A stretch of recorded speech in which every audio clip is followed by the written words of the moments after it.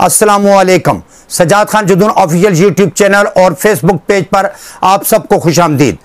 दोस्तों, जहां कानून ताकतवर की पुष्टपनाही करता हो और कमज़ोर पर बरस पड़ता हो, जहां कानून इतना बेबस और लाचार हो कि उसकी गिरफ्त से हाथी निकल भागता हो और चींटी फंस जाती हो, जहां जिसकी मर्जी आए वो कानून को अपने हाथ में ले लेता हो, ऐसे मुआशरे से ताल्लुक़ है हमारा।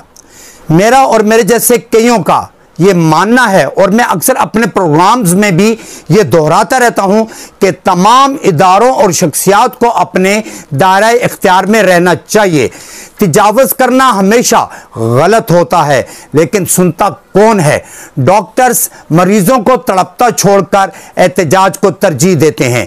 इसी तरह वो कानून को अपने हाथ में लेने की कोशिश करते हैं। वकील एहतजाज के नाम पर तोड़ फोड़ करते हैं, पुलिस को ऐसे पीट रहे होते हैं जैसे गुंडे। अक्सर उनके हाथों से जजेस भी महफूज नहीं होते। सियासी और मजहबी जमातें हर किस्म के कानून और अखलाकियात को रौंद कर एहतजाज रिकॉर्ड कराती हैं। सहाफ़ी प्रोग्राम की रेटिंग बढ़ाने के चक्कर में जब चाहें जिस तरह चाहें किसी दफ्तर, इदारे, अस्पताल या स्कूल में जबरदस्ती घुसकर रिपोर्टिंग के नाम पर ब्लैकमेलिंग करते फिरें। टीवी टॉक शोज में एंकर्स अपने मनपसंद सियासी अफराद को मेहमान बुलाकर जिसकी चाहे इज्जत उछालते फिरें, जिसे चाहे आसमान पर बिठा दें, चाहे वो कौम और मुल्क का चोर ही क्यों ना हो, और इसी तरह किसी को भी जमीन पर पटक दें, चाहे वो मुल्क व कौम का हीरो ही क्यों ना हो। ना कोई ज़ाब्ता है, ना इखलाकी कदरें हैं और ना ही कानून की पासदारी है। हम बगैर निगरान मुहाफिज के वो रेवड़ हैं जो चारों तरफ बेमकसद दौड़े फिर रहे हैं और राह में जो कुछ आता है उसे रोनते जाते हैं। जिसकी मर्जी आए वो किसी को चंद सौ की खातिर कत्ल कर दे, कोई शख्स किसी भी औरत को सरेआम नंगा कर दे, किसी की जायदाद पर कब्जा कर लिया जाए, किसी को कत्ल करके खुदकुशी करार दे दिया जाए, मासूम बच्चों से ज्यादती बाद अज़ां कत्ल के बाद कचरे पर फेंक दिया जाए, सरेआम नाजायज असले की नुमाइश की जाए। जब चाहे कोई भी किसी की माँ, बेटी, बहन या बीवी को अगवा कर ले और जिसकी मर्जी आए तौहीन रिसालत, तौहीन कुरान लगाकर खुद ही फैसला करे और खुद ही सजा भी सुना दे। कोई इन शैतानों की शैतानियत के सामने बंद बांधने वाला नहीं है। अगर हम यूं ही अखलाकी, समाजी और कानूनी हदों को फलांगते रहे तो रोज बरोज इसी तरह हादसात रूनुमा होते रहेंगे और जिन पर सिर्फ मुल्की तौर पर ही नहीं बैरूनी मीडिया खुसूसन भारतीय ज़राए इब्लाग पर भी हमारा तमाशा बनता रहेगा। ऐसा ही एक वाकया उस वक्त रूनुमा हुआ जब एक निजी चैनल TV1 पर गरीदा फारूकी के प्रोग्राम में मोहसिन बेग, जो खुद को सहाफ़ी कहलवाते हैं, से प्रोग्राम में पूछा गया मुराद सईद तमाम वुज़रा में नंबर 1 कहलाए हैं, इसकी क्या वजह है? मोहसिन बेग ने जवाब दिया, उसका तो मुझे पता नहीं, वो रेहाम खान की किताब में लिखा हुआ है। क्यों मुतमईन है मुझे प्रोजेक्ट का नहीं मालूम। इसी दौरान एक और सीनियर सहाफ़ी इफ्तिखार अहमद बोले, मुराद सईद की जो कारकर्दगी है, उन पर जो इल्जामात हैं, उनका किसको मालूम नहीं। ये वो ज़ुमानी गुफ्तगू थी जिसका पस मंज़र इमरान खान की साबका बेगम रेहाम खान की वो किताब है जो उन्होंने तलाक के बाद खुसूसी तौर पर इंतकामन लिखी, और उसमें जहां दीगर कई इल्जामात हैं वहीं इंतहाई घटिया और शर्मनाक तौर पर इमरान खान को हम जिन्स परस्त साबित करने की कोशिश की गई है, और वो भी बगैर किसी मुनासिब सबूत के, और ताल्लुक मुराद सईद से जोड़ा गया है। उस दिन के बाद से आज तक मुखालफिन वजीर आजम इमरान खान और मुराद सईद को सोशल मीडिया, टीवी चैनल्स, हत्ता के पार्लियामेंट में भी वाज़े और इशारों में निशाना बनाते दिखाई देते हैं, और किसी के पास कोई वाज़े हक़ाइक़ नहीं है, बस सुनी सुनाई आगे बढ़ाते रहते हैं। इल्ज़ाम लगाने वालों में सियासी और सहाफ़ती दुनिया के बड़े बड़े नाम शामिल हैं। ना वो ऐसा करते हुए किसी की इज्जत का ख्याल करते हैं और ना ही उन्हें अपने रुतबे का ख्याल है, लेकिन इमरान खान और मुराद सईद ने कभी पलटकर जवाब नहीं दिया। आखिर कब तक कोई अपनी इज्जत का जनाजा निकलता देखेगा? टीवी 1 पर जो हुआ वो वाहिद मिसाल नहीं बल्कि आखिरी जरूर है, जिसका जवाब देना मुराद सईद ने जरूरी समझा।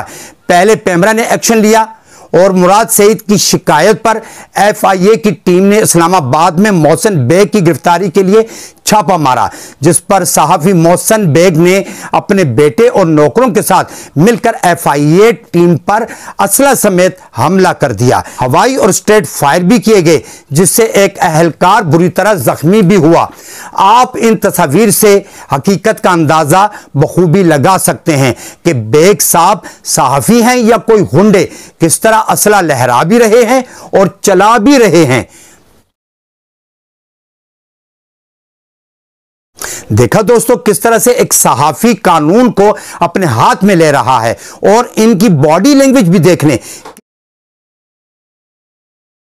किस दीदा दुलेरी से वो गैर कानूनी हरकत कर रहे हैं और शर्मिंदा भी नहीं हैं। जैसा कि मैंने अपनी गुफ्तगू के आगाज में कहा था, जब जिसकी मर्जी में आए वो कानून को अपने हाथ में ले लेता है, और कोई ऐसी अदालत ही नहीं बनी जो किसी ताकतवर को सजा दे सके।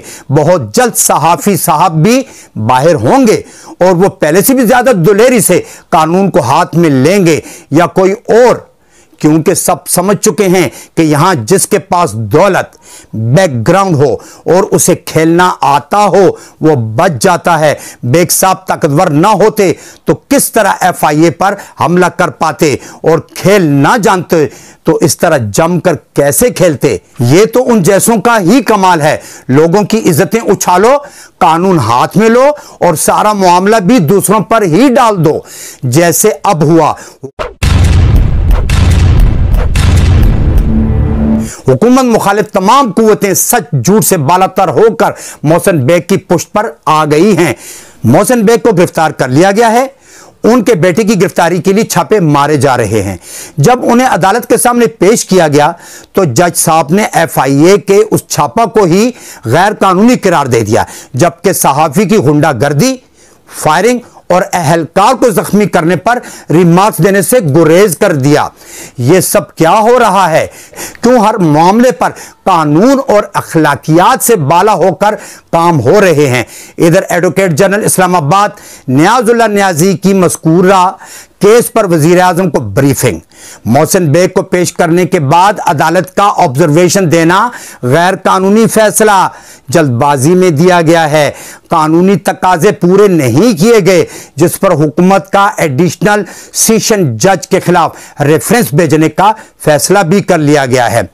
इमरान खान का कहना है बंदूक उठाने वालों के साथ रियायत नहीं की जाएगी, रियासत कमजोरी नहीं दिखाएगी, कानून सबके लिए यकसा है। यहां तक तो बात हुई सहाफी की, और जो कुछ उसने कहा और किया उस पर कानून के तहत अमल दरामद होना चाहिए। लेकिन हुकूमत मुखालिफिन समेत कुछ हलकों में यह शिकायत गर्दिश कर रही है कि हुकूमत कानून की अलमबरदारी में उस वक्त तो चाबकदस्ती दिखाती है जब बात उसकी जात पर आती है, जबकि यही शिकायत जब किसी और को हो तो हुकूमत अजाला तो दरकिनार कुछ सुनने तक की रवादार नहीं होती। मुराद सईद की शिकायत लाहौर में दर्ज हुई और अमल दरामद चंद घंटों में इस्लामाबाद में हो गया, क्योंकि शिकायत एक वजीर की थी। गरीदा फारूकी, आसमा शिराजी समेत कई सहाफियों को धमकियां दी जाती हैं। उनकी जात पर हमले भी हो चुके हैं। FIA में 20 तहरीरी शिकायत सबूतों के साथ जमा करवाई जा चुकी हैं, लेकिन उन पर इब्तदाई अमल दरामद भी आज तक ना हो सका। इससे जाहिर होता है कि कानून सबके साथ यकसा सलूक नहीं कर पा रहा। इमरान खान और मुराद सईद की जात पर हमले काबिले मुजम्मत हैं और उनकी मुजम्मत भी होती है, और यह तासुर नहीं उभरना चाहिए कि एक ही जैसे मामलात पर दो तरह के रवैये हों। आइए अब आपको मैं एक अलग समत की तरफ ले चलूं। आप सब सोशल मीडिया की बरक़रारी और उसके इस्तेमाल से वाकिफ हैं। इन्हें मालूमात शेयर करने की गर्ज से तश्कील दिया गया था, लेकिन इसे मुखालफीन के खिलाफ मौसर हथियार के तौर पर ज्यादा इस्तेमाल किया गया। बदकिस्मती से हमारे यहाँ सियासी और मजहबी अफराद एक दूसरे की इज्जतें उछालने के लिए सोशल मीडिया का इस्तेमाल करते हैं। यह एक सस्ता, आसान और मौसर तरीन हथियार है। मैं PTI को इसके इस्तेमाल में ज्यादा फ़आल समझता था, लेकिन मुझ समेत तमाम वो लोग इसके गवाह हैं कि फेसबुक, यूट्यूब, इंस्टाग्राम, मैसेंजर और किसी हद तक ट्विटर अकाउंट्स पर इमरान खान के खिलाफ एडिट शुदा वीडियोस, पोस्ट्स और लतीफों की भरमार है। वजीर आजम से मंसूब तकरीरों, निजी महफिलों, तस्वीर को ऊट पटांग तरीकों से गधों, बंदरों, मवालियों, फकीरों और दीगर जानवरों से तशबीह देकर पेश किया गया है और इन पोस्टों पर तरह तरह के नाजेबा अल्फाज, रिमार्क्स और चुटकुले छोड़े जाते हैं। बस अल्लाह की पनाह है, बेशर्मी की हद है और अखलाकियात का जनाजा है। यह तो वजीर आजम का ज़र्फ है कि उन्होंने कभी उन अफराद के खिलाफ ताकत का मुजाहरा नहीं किया जो बाकायदा मनसूबाबंदी से इस शर्मनाक मुहिम में शामिल हैं। इसको कहते हैं शराफत और आला ज़र्फी, जिसका इजहार वजीर आजम की तरफ से होता है। वजीर आजम इमरान खान ने मुल्की और बैन अल-अक़वामी फोरम्स पर हमेशा मसला कश्मीर और फ़लस्तीन पर अपने मजबूत मौक़िफ़ का इजहार दुलेरी से किया है, जिसकी वजह से वो भारत, इसराइल, अमेरिका में जबरदस्त तनकीद का शिकार रहते हैं। इंडिया में RRS एजेंडे के जेर असर सहाफ़ी और फौजी शख्सियात निहायत बोंडे अंदाज में वजीर आजम पाकिस्तान और पाकिस्तान का मजाक उड़ाते हैं। हवाले के तौर पर पाकिस्तानी सियासी जमातों और शख्सियात का नाम लेते हैं, जो उन सब के लिए दुख का बायस है जो अपने प्यारे वतन से मोहब्बत करते हैं। आप तनकीद करें लेकिन हुदूद में रहकर, एहतजाज करें लेकिन हदें मत फैलाएं। इमरान खान पाकिस्तान के वजीर आजम हैं, इस हद तक न गिरें कि मुल्क का मजाक बने। जाइए जाकर इंडियन चैनल्स और सोशल मीडिया पर सर्च करें। हर एक पाकिस्तानी मीडिया सियासी शख्सियात का हवाला देकर मुल्क और वजीर आजम का मजाक उड़ाता है। ये वतन आपका भी है, कुछ तो नमक हलाली कीजिए। मुखालफत में इस हद तक ना जाइए कि मुल्क और मुल्क की शख्सियत का तमस्खर बन जाए। दोस्तों, इन गुजारिशात के साथ मैं आपसे इजाज़त चाहूँगा। अगले प्रोग्राम तक के लिए इजाज़त दीजिए। अल्लाह हाफिज़।